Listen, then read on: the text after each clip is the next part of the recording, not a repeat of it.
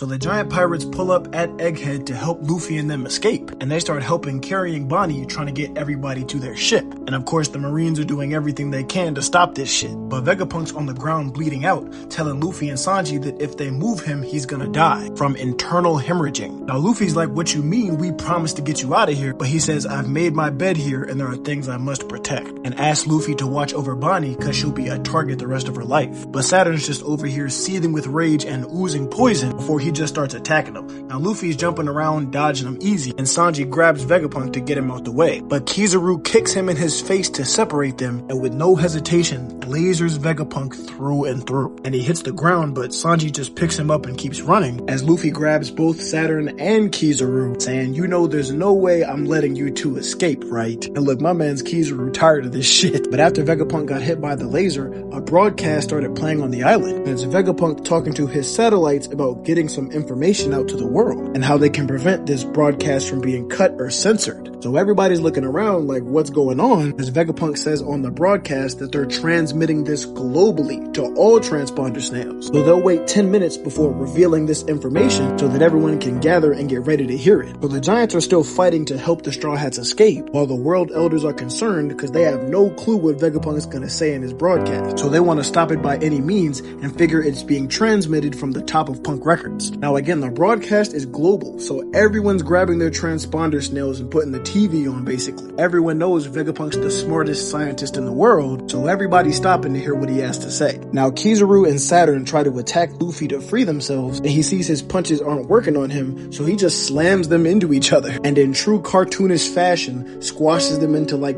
frisbees basically. This nigga's really spinning them on his fingers like, yo. And then he throws them both away, sending Kizaru crashing into this ship. But Saturn just starts spinning right back and try to take Luffy's head off with whatever he's doing here, so bro just runs on the air and gets away. Meanwhile, Kizaru stays down just huffing and puffing. But Saturn's thinking they must stop Vegapunk from speaking, so he carries out a summoning, bringing the rest of the 5 elders to the island. Again, it just looks like they're conjuring Satan. All these great shadowy figures just loom over the battlefield. Of course, they get their own team photo while standing against Luffy. Now, all 5 of the Gorosei pull up on Egghead themselves. We see Luffy like, what type of shit is this? They came to stop Vegapunk's broadcast that's being transmitted to the world. And he knows a lot of information they don't want the public to know. So they waste no time at all springing into action and scouring the island. And we see they're on another level because bro just chopped a pacifista in half. And they're rushing towards the laboratory trying to stop the transmission. So Sanji's calling the rest of the gang to get the fuck out of there as these giant monsters are all over the island. And this giant bird nigga just flies straight through the laser dome while he takes out another pacifista as Saturn and this giant worm take on Luffy. But the worm digs itself underground as the rest of the crew is gathering to escape. Zoro's still caught up fighting Lucci one-on-one. So Sanji walks by and rage baits the shit out of him, talking about, ugh, what a bird.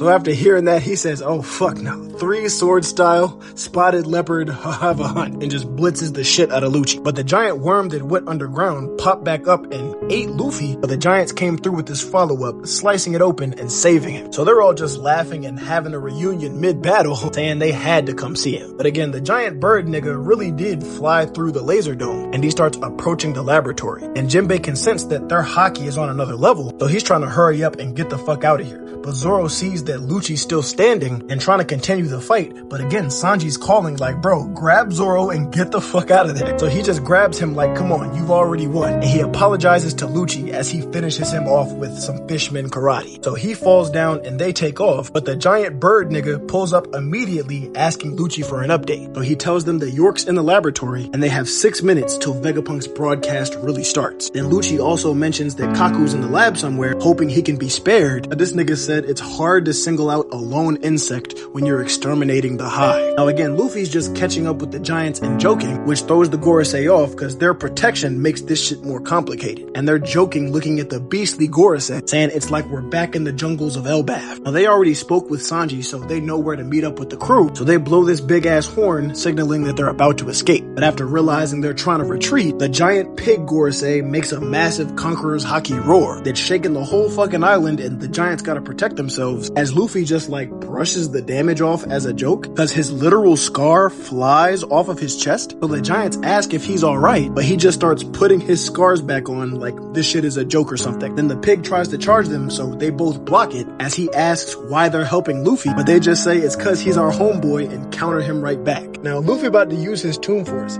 Saturn sees that the Vikings are trying to help him escape, so he shoots a bunch of venom pellets at them all.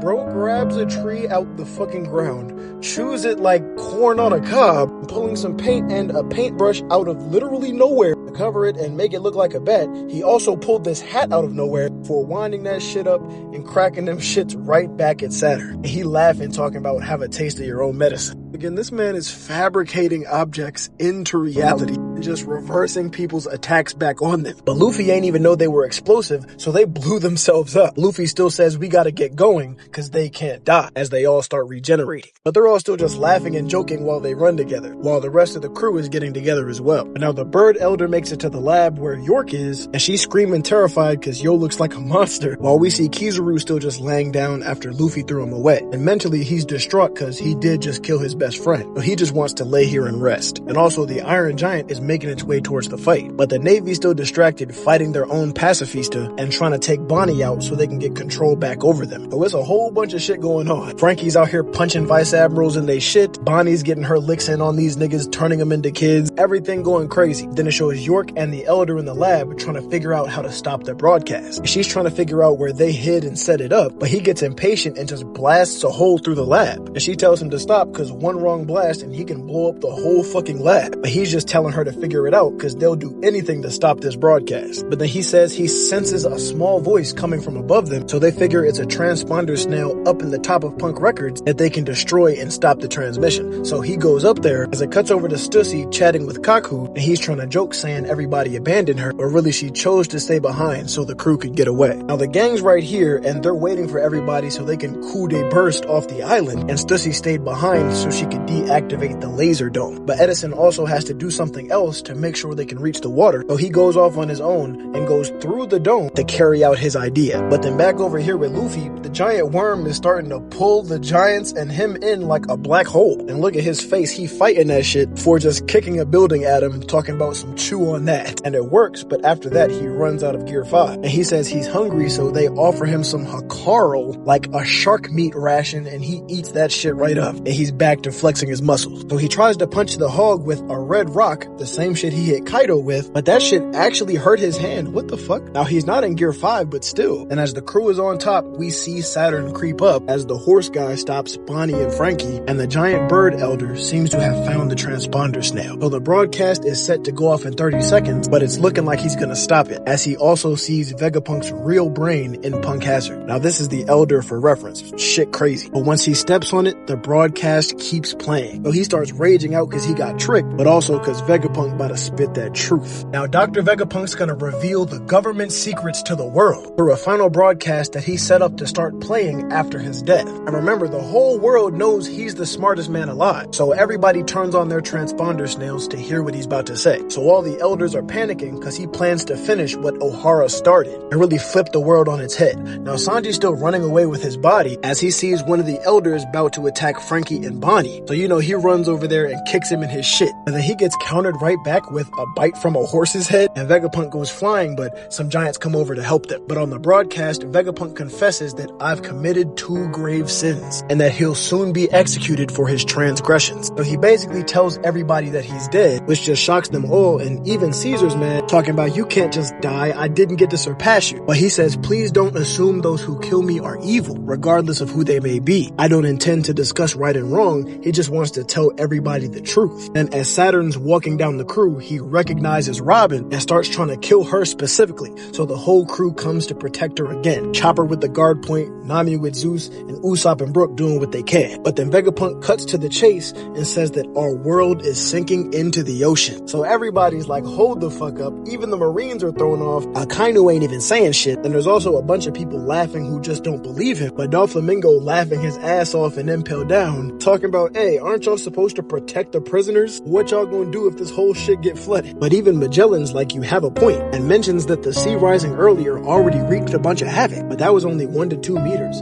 5 more and most places are gonna be uninhabitable. And Doflamingo's like, hey, we can always go somewhere high up. Fucking demon. So everybody globally is just struggling to believe it, like the world is sinking. But by the looks of urgency on the elders' faces, I'm pretty sure he's telling the truth. Now Vegapunk says that in a few days after recording this message, he predicts a vicious earthquake will rock the planet, which will cause sea levels everywhere to rise by 1 meter. And this actually did come to pass. That's what Magellan was talking about. So now everyone's real shook, like why did he know this was gonna happen? And that's when he says this earthquake was not a natural phenomenon. And we see Saturn still trying to take Robin out. But Vegapunk says, I've always naively yearned for peace and prosperity and sought to create an everlasting energy source so he can make the world a bigger and better place. But it seems that I flew too close to the sun, as we see his pure energy creation, the Mother Flame. But in order for everyone to understand where the world is going, we must first address the past, the time between 900 and 800 years ago, the void century that's widely considered a blank part of history. And we see emus listening as well. And the celestial dragons are watching as well, trying to get somebody to shut him up. But we see even some of them don't know about this, that all information about that time has been erased or lost. But the poneglyphs and the text inscribed on them provide us with a glimpse into this unknown past. Now the government has outlawed deciphering these tablets, but I betrayed them and studied for myself. Now Vegapunk reveals to the world that he betrayed the government, doing his own private research into the Void Century, and that he has no regrets about what he's done, and that history is a story after all, as it shows the crew on top of the island and the clouds start extending out towards the ocean. This is what Edison did to help them escape. Vegapunk says he only knows a fraction of the Void Century, and it would be wrong to give you all speculation, so I'm just gonna state the facts. And the star of this story was born 900 years ago in a bountiful and advanced kingdom. Just like the legendary sun god Nika from the fables of Elbaf, he too fought with stretchy arms and an elastic body. They called him Joy Boy, as we see Luffy fighting off the Elder. But even in Gear 5, the skin is so tough it hurts his hand. Vegapunk says Joy Boy was the first man to take to the seas, the first one to be called a pirate. Again, everybody in the world is listening, taking in the information, as he explains that he's only got a handful of poneglyphs, but the combined narrative written on them chronicles a great war in the distant past. And during that time period, Joy Boy fought against what we now know to be the world government. But back then, they were only a temporary coalition of 20 separate countries, and we can assume they formed an alliance to oppose Joy Boy's formidable faction. Vegapunk doesn't know why they were fighting, probably opposing ideologies. He mentions again that Joy Boy was born into a fantastical civilization. Technology and weapons that existed during his time period are far beyond modern science. Again, he lived 900 years ago, and the tech is still baffling to Vegapunk today. But that's where the problem lies. As it cuts back to the lab, and Edison called Stussy to turn down the laser barrier, because at this point there's just too many powerful people who can go right through it. So the crew's gathering at the top to blast off, and Stussy's actually free to leave. Since the original Vegapunk died, she says she has no purpose to live. Baby, I got a purpose for you, don't worry. It cuts back to Sanji, Bonnie, and the Giants fighting off the Elder, because he's still trying to kill her to get control back over the Pacifista. He sends this crazy slash at her, so she shrinks herself into a child to dodge it. She still can't use this power for long. Now, Vegapunk says the Void Century ended with Joy Boy's defeat, that the first man named a pirate was taken out by the current world government. So the elders realize he's really trying to spill the beans to the entire world. So he jumps up and cuts the laboratory in half in an attempt to stop the broadcast. Now he sent a bunch of government agents flying, but the transmission kept playing. As Vegapunk says, we all know travel between islands is extremely difficult.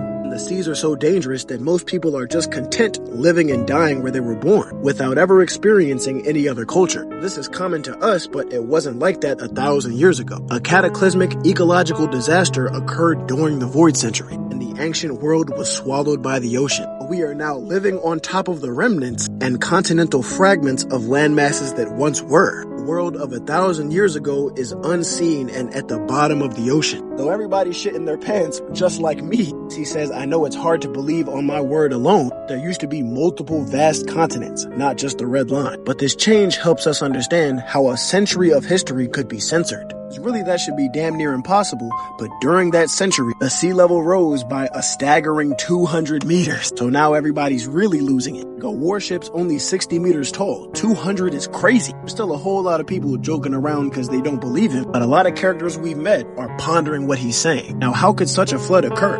It's natural to think that it must have been some kind of natural disaster, but I can say for certain that it was a man-made calamity. If this catastrophe was brought about by natural means, there would be records and warning signs several centuries earlier, because this event changed the entire world. But throughout all my research, there was no buildup and no warning, and it's impossible for such drastic change to happen in 100 years. So the cause lies elsewhere, and my suspicions were confirmed a few days ago. He analyzed the sea levels and discovered that calamity 800 years ago was caused by one of the ancient weapons capable of sinking the world. And that same firepower exists today, just waiting to be used. So in other words, that great war from 1,000 years ago is still going on today. And we see Imu's reaction to him telling the world. The regular people don't know what to think. Like, why would a war rage on in total secrecy? Now Vegapunk begins apologizing to the world, saying there's something he must confess. The unlimited energy source he was working to perfect, the Mother Flame, he says a small fragment of it was stolen, and that he takes full responsibility for what's happened, as he created it to make the world a better, more prosperous place. It seems that 2 weeks after the fragment was stolen, we observed an intense green glow emanating from above the kingdom of Lelouchian, and I later received news that the entire nation vanished without a trace. And soon after that is when everyone experienced those earthquakes and the sea level rose a couple meters. Now this might be my pride as a scientist talking. I was certain that only the Mother Flame could supply such an immense energy needed to cause this tragedy. Now everybody's scrambling like, hold up, call around, see if Lelouch is really gone. He's saying a whole country was wiped off the map.